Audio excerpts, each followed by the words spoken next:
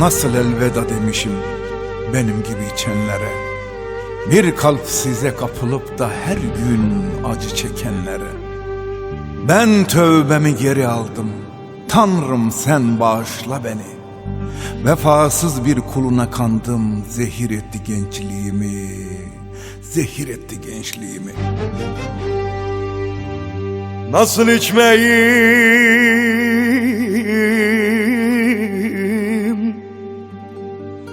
nasıl içmeyim,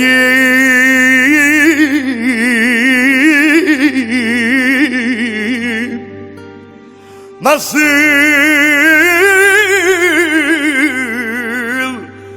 içmeyim, ah nasıl içmeyim.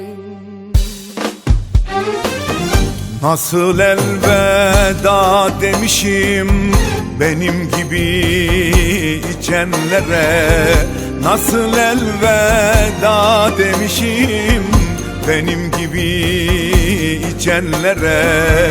Bir kalp size kapılıp da her gün acı çekenlere. Ben tövbemi geri aldım, Tanrım sen bağışla beni. Vefasız kuluna kandım, zehir etsin gençliğimi. Nasıl içmeyim?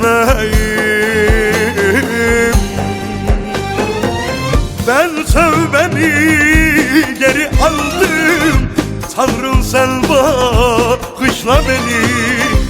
Vefasız kuluna kandım, zehir etsin gençliğimi. Nasıl içmeyim?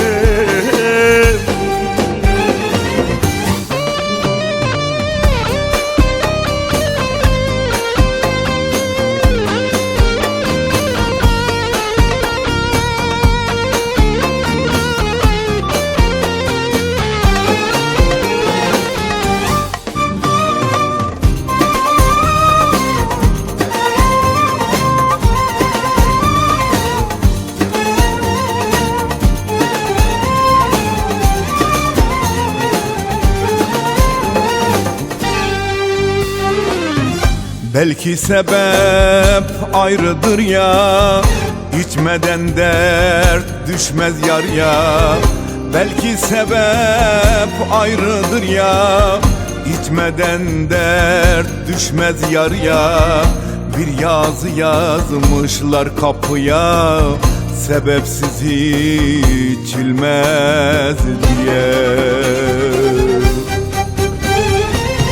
Ben tövbemi geri aldım, Tanrım sen bağışla beni.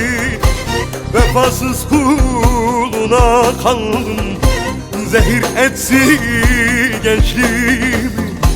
Nasıl içmeyim?